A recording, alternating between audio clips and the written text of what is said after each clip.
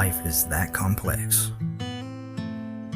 We are here for episode 2, Hard Truths About Good Intentions. And real quick, my intention is for you to get what I'm saying here. So this episode and probably following after, there'll be more short ones, not that first intense one that I put out there. It's like 11 minutes. I think a slower approach and more digestible one would be best for both of us. I'm here, I'm Stag. This is Life is That Complex. For our second chapter and episode in the Real Instruction Manual, which is the long list of hard truths, I want to explore a truth that sounds simple on the surface but gets more complicated the longer you look at it. At least for me, that's what it did. It's one I've actually been wrestling with myself. So the hard truth says, your actions define you more than your intentions. We've all been there on both sides. We've been the person who says, I didn't intend to hurt your feelings, hoping our good intentions will erase the impact of our clumsy actions. And we've been the person who has been hurt, left with the very real sting of an action while being told the intention was good. That's the surface level. It's valid, everyday struggle in our relationships. But there's a deeper, more personal layer to this. It's the part that has nothing to do with anyone else. It's about the private gap between the person you're intended to be and the person your actions prove who we are. Let me give you a perfect real-time example. This project, Life is That Complex. My intention is to build a community, to create something helpful, to show up consistently. These are great intentions. They make me feel good. But as I sit down this week, I realize those intentions could easily become a comfortable daydream. They could become an excuse. And a simple side note is they have been, every single one of those. So let's continue.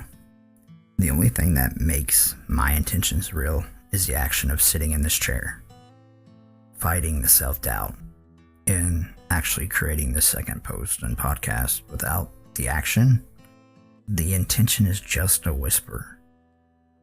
The action is what gives it a voice. Ideas, wishes, or excuses. This is where we have to be brutally honest with ourselves. What role are our intentions really playing in our lives? And let that sit with you. I mean, I gotta let it sit with me too, because that's real. Alright, let's tackle this. Ideas, wishes, or excuses. Are they just ideas? I intend to get in shape, or I intend to learn a new skill. These are harmless, but they are powerless. They are someday dreams that live and die in our minds unless an action gives them life. Are they wishes? I intend for things to get better. This is passive hope. It's waiting for the world to change around us rather than taking an action to change ourselves within the world. Are they excuses? This is the most dangerous one, I feel like.